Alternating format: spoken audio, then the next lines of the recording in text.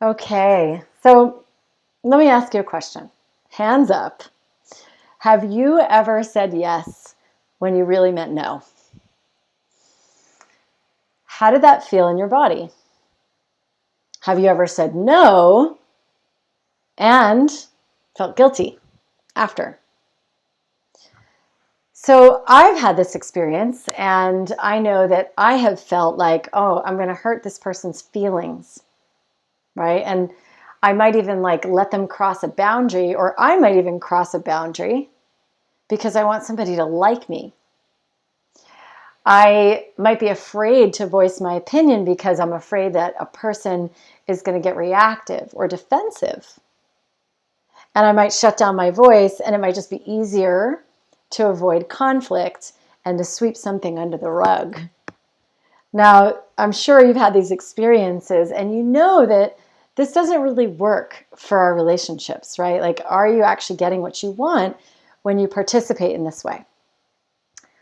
I know for me and for my clients that getting a good relationship and getting what you want in a good relationship is not about being sexy. It's not about being smart, although those are great. It's about being you. It's about being authentic. It's not about trying to make somebody like you, because it's not coming from a place of power. So if you've experienced this, this is what we call people pleasing. It's one of the biggest issues that I see in relationships, and it's a behavior that we want to end. It's learning really how to speak your truth, how to create healthy boundaries, how to be authentic. You know, it's like, and I've done this. Have you ever been in a relationship really long, like way past all the red flags? You're just like avoiding breaking up. You've maybe enabled somebody to the point where it's just so exhausting and resentful, or you've avoided conflict and you've completely lost yourself in the process of trying to make this person happy. The worst thing about people pleasing is that we're never pleased with ourselves. We just build up so much resentment, and it just gets so hard on our bodies, you know?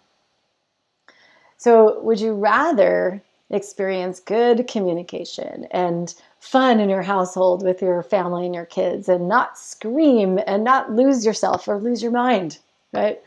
Would you like a balanced relationship that is reciprocal, where there's energy being received and given?